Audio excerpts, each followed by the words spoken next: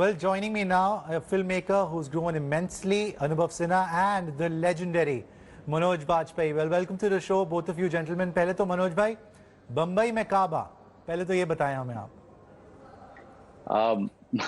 बम्बई में काबा बम्बई में काबा मतलब ये है कि ये एक व्यथा है, एक मैग्रेंट जो है वो इंट्रोस्पेक्ट कर रहा है, वो अंदर में सोच रहा है कि मैं आया क्यों था यहाँ.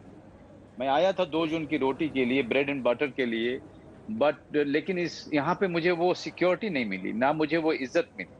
और मैं सब कुछ जो आसमान, सब नीला आसमान, हरी धरती छोड़ के आया था, सारे कंफर्ट छोड़ के आया था, अपने बाल बच्चों को, औरत को, माँ बाप को छोड़ के आया था, लेकिन सब कुछ त्याग करने के बाद भी मुझे मिला कुछ नहीं यहाँ पे. तो ये उसके अंदर की जो व्यथा है, उसके अंदर का जो दर्द है, इस गाने में वो निकल रहा है. इसी में वो कह रहा है कि Mumbai, what is it about Mumbai, और what is it about any big city, Chennai और कोलकाता और Delhi. Mumbai is just what you call, it's a metaphor here. तो आपके एक्सपीरियंस में फिर क्या होता है? शुरू में तो चला आपने बता दिया कि क्या है, वो खोज रहा है कि क्या मिला मुंबई में. जी, हमारे एक्सपीरियंस में क्या हुआ, हमारे एक्सपीरियंस में ये है कि सच्चाई ये है कि कोरोना काल में मजदूर का इतना बड़ा जो वापस एक्सोडस हुआ, जो हमारे हिंदुस्तान के इतिहास ने पार्टीशन के बाद नहीं देखा था. ये हुआ, ये इसका रूप ये हुआ कि वो जब सबसे ज्यादा असुरक्षित महसूस कर रहे थे, तो वो पैदल ही अपने गांवों की तरफ निकल पड़े. वो जो विजुअल्स हैं, वो न सिर्फ मैंने देखे, बल्कि पूरे हिंदुस्तान ने देखे, आपने देखे, आपने कवर भी किया. मैं सही कह रहा हूँ? बिल्कुल जी. और वो एक सच्चाई है कि हम बड़े शहरों ने उनको वो सुरक्षा की भावना नहीं दी, ना वो डिग्निटी दी उनको, ना वो इज्जत दी. बिल्कुल बिल्कुल. अनुभव, अभी जैसे मनोज भाई बात कर रहे थे, लोकसभा में आज बोला गया कि कोई डेटा भी नहीं है कि माइग्रेंट्स कितने, उनकी डेथ हो गई ये पलायन करते हुए, कहाँ से गए बड़ी सिटीज में. तो ये थोड़ा अजीब सी बात लगती है सुनने में भी. अब वो डेटा इसलिए नहीं है कि उनकी कोई जरूरत नहीं, जब तक जरूरत नहीं होती उनका डेटा नहीं होता. जिस दिन हमको ये पता करना होता है कि कौन सा वर्ग किसको वोट देने जा रहा है, उस दिन हम लोग अमेरिका और लंदन से एजेंसियां बुला लेते हैं, डेटा निकल आता है. लेकिन जब हमें उन्हें कुछ देने की बारी आती है तो हमारे पास डेटा नहीं होता. हमें कोई फर्क ही नहीं पड़ता. वो बेचारे, मैं इस बात को आज तक जज्ब नहीं कर पाया हूं कि इतने सारे लोग अपने बच्चों को अपने कंधे पे लाद के हजार किलोमीटर दूर पैदल चल के गए. हम तो गाड़ी में जाने में सोचते रहे, यार गाड़ी से क्यों जाना, फ्लाइट से चलते हैं. हम तो गाड़ी में थक जाएंगे एयर कंडीशन गाड़ियों में.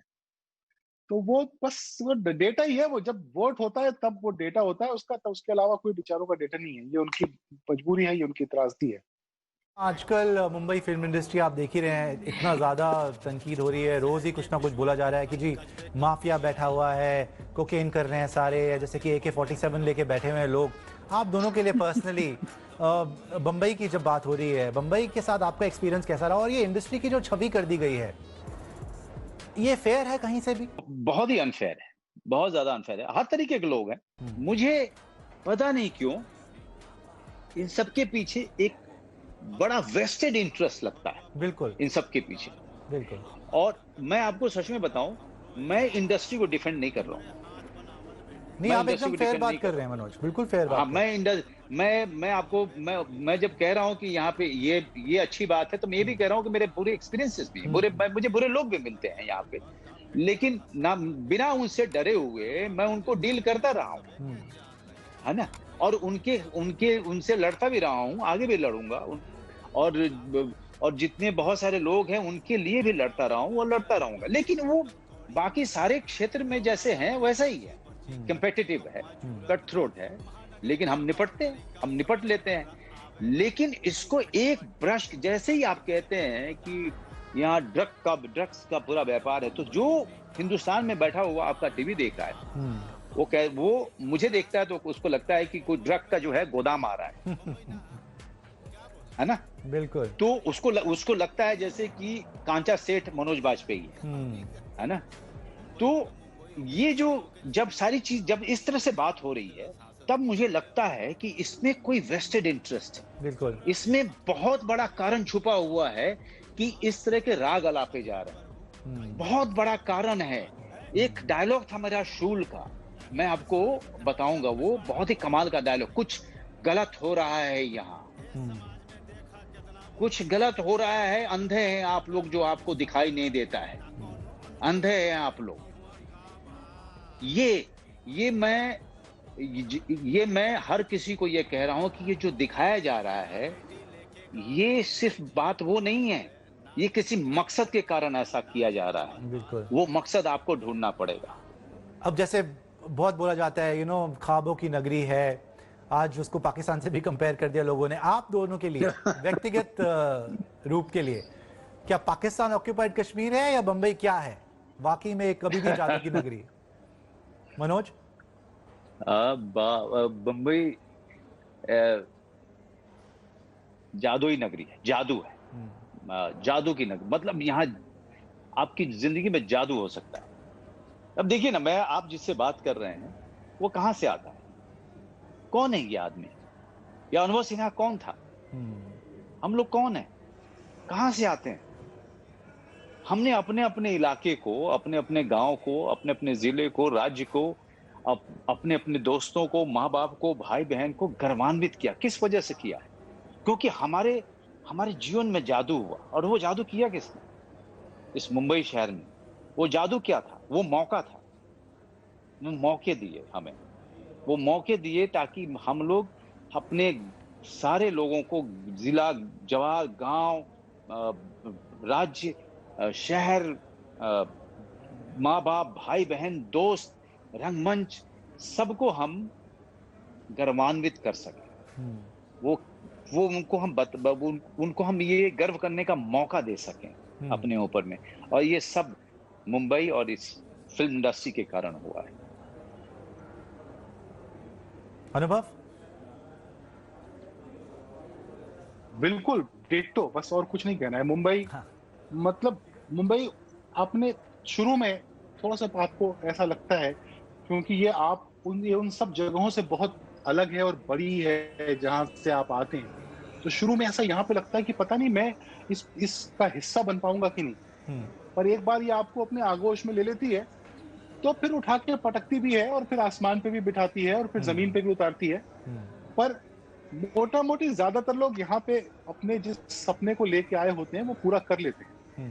तो मेरे हिसाब से तो बहुत ही कमाल का, बहुत ही मायावी शहर है। और मुझे बार बार मुंबई ने माफ किया है, मुझे बार बार मुंबई ने प्यार दिया है, अपॉर्चुनिटी दी है। और मेरे पास जो कुछ भी है, मैं आपके चैनल पे बैठा हूँ, मैं जिस गाड़ी में चलता हूँ, मैं जिस घर में रहता हूँ, वो सब मुझे मुंबई ने दिया। पिछले 3 महीने जैसे आप लोग जानते हैं कि एक ही खबर चल रही है और हमें भी अनफॉर्चुनेटली वही कवर करना पड़ा बिकॉज नेशनल इशू बन गया, लेकिन फिल्मों की बात नहीं हो रही है। और मैं तड़प रहा हूँ कि कुछ फिल्मों की बात हो, कुछ क्रिएटिव आर्टिस्ट से बात हो, कुछ सीरीज की बात हो। तो मनोज भाई, आपके लिए आप क्या करने वाले हैं नेक्स्ट? देखिए, मैं आपके सवाल पे जाने से पहले मैं कहूँगा कि हम सुशांत को बहुत याद करते हैं, और खास करके उसको जिन्होंने उसके साथ काम किया, मेरे जैसे आदमी ने। और हम इरफान को भी बहुत ज्यादा याद करते हैं, बहुत ज्यादा। हम ऋषि जी को बहुत ज्यादा मिस करते हैं। बिल्कुल। ऐसे ही हमारे फिल्म इंडस्ट्री के बहुत सारे, टेलीविजन इंडस्ट्री के बहुत सारे हमारे प्रोड्यूसर्स, बहुत सारे एक्टर्स, बहुत सारे अलग अलग क्षेत्रों के लोगों को हमने खोया है। और इसका बहुत ज्यादा दुख है हमें, बहुत ज्यादा।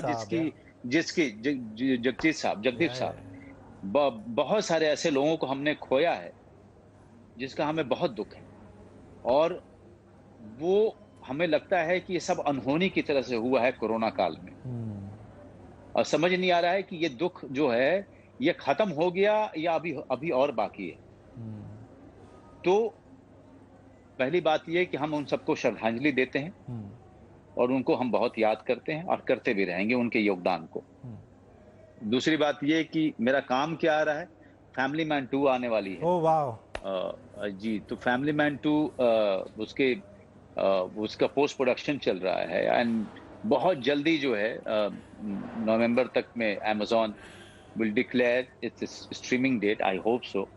एंड उसके अलावा मेरी जी वैसे पहले बाहर से फिल्में खरीद करके रिलीज करते थे, इस बार उन्होंने खुद अपने प्रोडक्शन से फिल्म बनाई है, पहली फिल्म है उनकी। सूरज पे मंगल भारी, मैं दलजीत दोसंज एंड फातिमा शेख एंड अनु कपूर जी हैं। बहुत ही कमाल की कॉमेडी है, बहुत ही कमाल की कॉमेडी है, बहुत ही अनोखी है and I am very sure that people will love it. I loved it. I just loved doing it. I enjoyed each and every day. Directed by Abhishek Sharma, जिन्होंने जो है परमाणु और तेरे बिन लादेन डायरेक्ट किया था। उनकी फिल्म है। सो जैसे ही वो सिनेमा हॉल खुलने शुरू होंगे उसके बाद वो रिलीज का डेट तय करेंगे। वो क्योंकि वो कॉमेडी है, कलेक्टिवली लोग बैठ के देखेंगे एक साथ एक हॉल में तो ज्यादा एंजॉय करेंगे, ऐसा हम अभी सोच के चल रहे हैं। देखते हैं कि जी का आगे क्या उनकी रणनीति होती है, लेकिन हम लोगों की कोशिश ये है कि थिएटर जब खुलेंगे तब हम रिलीज करेंगे। हाँ, वो भी पोस्ट प्रोडक्शन में है। जब तक वो फिल्म तैयार होगी तब तक मेरे ख्याल से वो भी नवंबर दिसंबर भी हो जाएगा। उसके अलावा मैं आपको बताऊं कि पूरा अगला साल, चूंकि इस साल हम लोग काम नहीं कर पाए तो इस साल के काम आगे के साल में चले गए।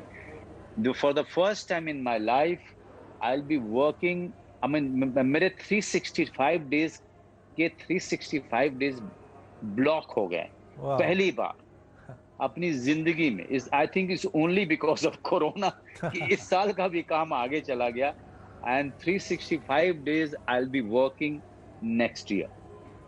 बिल्कुल, लुकिंग फॉरवर्ड। अंत में मैं यही पूछूंगा, जैसे मैंने बोला सुशांत सिंह राजपूत की यादों से फिनिश करेंगे शो। सोन चिड़ैया जब मैंने देखी थी, अमेजिंग मूवी। अगेन आपकी परफॉर्मेंसेस सबकी इतनी अच्छी थी, मनोज भाई की, सुशांत सिंह राजपूत की। मनोज सर, अगर आप कुछ सुशांत की याद में दर्शकों के लिए कि कैसे एक्टर थे, कैसे व्यक्ति थे, पर्सनल आपका एक्सपीरियंस उनके साथ कैसा रहा? अरे बहुत कमाल का, मेरा एक्सपीरियंस बहुत ही कमाल का रहा। मैं और खास करके सोन चिड़िया जैसी एक लैंडमार्क फिल्म, मैं बड़ा खुश नसीब महसूस करता हूँ जब मैं इस तरह की फिल्मों का पार्ट होता हूँ। और मैंने अभिषेक चौबे को कहा भी था कि thank you very much for casting me in this film. I'm so proud that this film is part of my filmography. It's a classic. It's a classic. और सुशांत के साथ है मेरा जो समय था बहुत ही कमाल था, क्योंकि मैं देखता था, बहुत ही पैशनेट था, बहुत सिंसियर था। कभी कभी आके पूछता भी था, कभी कभी आकर के मुझे बोलता भी था कि सर आपको कभी भी लगे ना कि कुछ मुझे गलत कर रहा हूँ तो आप बता दीजिएगा। अमूमन आपको बताऊं कि एक्टर्स जल्दी दूसरे एक्टर को बोलता नहीं है, चाहे जितना भी वो उस एक्टर की इज्जत करता हो।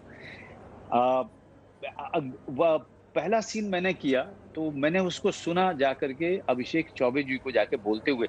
मैं बैठा हुआ था सीन में, कुछ सोच रहा था एंड बगल में ही अभिषेक चौबे जी खड़े थे, तो जाके उनको फुसफुसा के बोल रहा था कि you don't know how happy I am to be in the same frame with Manoj sir. It touched me great deal. Sir, ये कहने के लिए बड़ा करेज चाहिए होता है। You really have to be big-hearted, and that too, it was coming from a very big star like Sushant. बहुत बड़ा स्टार था। उसके अलावा जब मैंने देखा कि इतनी सारी किताबें वो क्वांटम फिजिक्स पे, कोडिंग मुझे बिल्कुल समझ नहीं आती। फिजिक्स तो मैं फेल करता रहा हूँ, तो मैं suddenly I was in awe of him। और फिर मैं उसको और रणबीर शोरी को देखता था बहुत सारे सब्जेक्ट्स पे एक दूसरे से झगड़ा करते हुए, आर्गुमेंट करते हुए। देन आई रियलाइज कि Ranbir Shorey also knows so much. How come I don't know anything about physics? So you are always in of these people, Sushant kind of people जो कोडिंग भी जानता है, क्वांटम फिजिक्स भी जानता है, वो टेलीस्कोप भी, एडवांस टेलीस्कोप लेके चलता है, वो प्लैनेट्स देखता रहता है, और प्लैनेट्स के छोटे छोटे डेवलपमेंट को वो ऑब्जर्व करता है। एंड जब मटन मैं बनाता हूँ तो वो बार बार आकर के हर दूसरे तीसरे दिन मेरे कमरे में आ जाता था कि सर मटन फिर से बनाइए, वो जरा सरसों वाली मच्छी फिर से बना दीजिए, मुझे खाना है। So I remember him as that. I remember him as that person. and I will always keep that with me. कितने शॉक थे आप जब आपको न्यूज़ मिली थी 14th को आपने सुना पहली देखिए बार? अभी तो कुछ महीने हो गए, लेकिन till now I was telling my wife that I can't believe that he is not with us. I can't believe it. I can't believe that this kind of a man who worked with me, and suddenly I came to know that he's not there. For 2 days I was completely in trance कि भैया हुआ क्या, ये कैसे हुआ? So it's quite unbelievable. I mean, it's very difficult. It's very difficult to come to terms with his loss. He was very young. That was no age to go. Very sad indeed. Well, Manoj Bajpayee, it's always a pleasure talking to you, and I hope you keep rapping more and keep entertaining us, and I'm really looking forward to Family Man Season 2. Thank you so much for talking to us. Hello everyone, this is Rahul Kamal here. Hope you enjoyed this video. For the latest news and analysis, like and subscribe the India Today YouTube channel, and don't forget to press the bell icon to stay updated.